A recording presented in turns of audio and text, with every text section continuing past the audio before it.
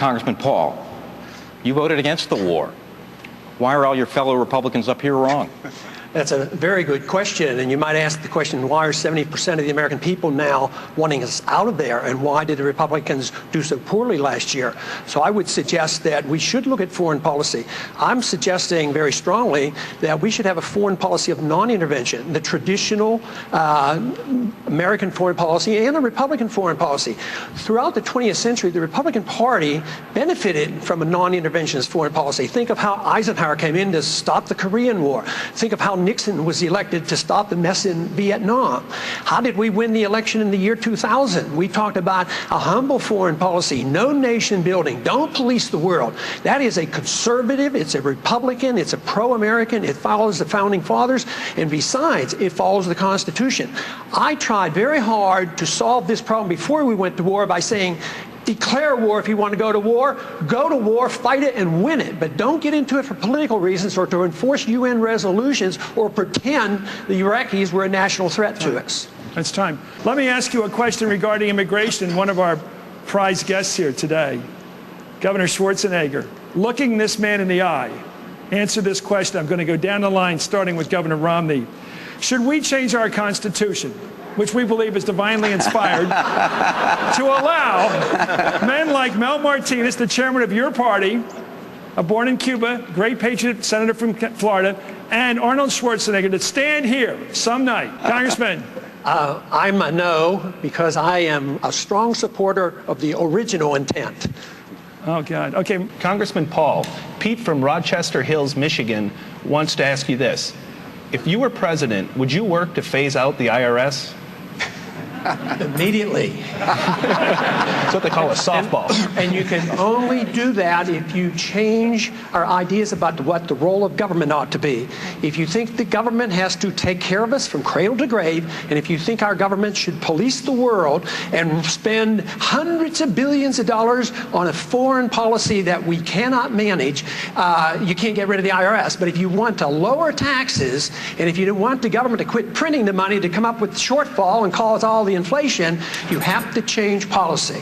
Dr. Paul, how do you reconcile this moral leadership kind of role of conservatism with the very libertarian strain of conservatism, the Barry Goldwater conservatism that you represent? How do you put together what he just said with what you believe in a unified national purpose? Well, you do it by an understanding what the goal of government ought to be. If the goal of government is to be the policeman of the world, you lose liberty. And if the goal is to promote liberty, you can unify all segments. The freedom message brings us together. It doesn't divide us. I believe that when we overdo our military aggressiveness, what it does, it actually weakens our national defense. I mean, we stood up to the Soviets. They had 40,000 nuclear weapons. Now we're fretting day in and day night about third world countries that have no army, navy, or air force, and we're getting ready to go to war. But the principle, the moral principle, is that of defending liberty and minimizing the scope of government. And I'm sorry, we have to go on. We have to go on. Congressman Paul, Bob Hussey from Minnesota writes that perhaps the most important skill a good president must have is the ability to make good, sound decisions, often in a crisis situation. Please cite an example when you had to make a decision in crisis. I wonder if he's referring to a political decision like running for office or something like that. I guess in medicine, I made a lot of critical decisions. I mean, you're called upon all the time to make critical life-saving decisions. But I can't think of any one particular event where I made a critical decision that affected a lot of other people. But I think all our decisions we make in politics are critical. My major decision, political decision, which was a constitutional decision, was to urge for 5 years that this country not go to war in Iraq. We have to go down the line again. It's always fun to ask these questions down the line. We have Mrs. Reagan here. The camera will not focus on her, but I will tell you it will now focus on you. Mrs. Reagan wants to expand federal funding of embryonic stem cell research. Will that progress under your administration? Dr. Paul, yes or no on federal funding? Programs like this are not authorized under the Constitution. The trouble with this, issues like this is, in Washington, we either prohibit it or subsidize it. Right. And the market should deal with it and the states should deal with it. Okay. That's a no. Okay, let's start with an enjoyable down the line, okay? Here, here. I want each candidate to mention a tax he'd like to cut in addition to the Bush tax cuts, keeping them in effect? Well, in my first week, I already got rid of the income tax. So my second week, I would get rid of the inflation tax. It's a tax that nobody talks about. We live way beyond our means with a foreign policy we can't afford and an entitlement system that we have encouraged. We print money for it, the value of the money goes down, and poor people pay higher prices. That is a tax. It's a transfer of wealth from the poor and the middle class to Wall Street. Wall Street's doing quite well, but the inflation tax is eating away at the middle class of this country. We need to get rid of the inflation tax with sound money. Congressman Paul, Carrie from Connecticut asks, do you trust the mainstream media?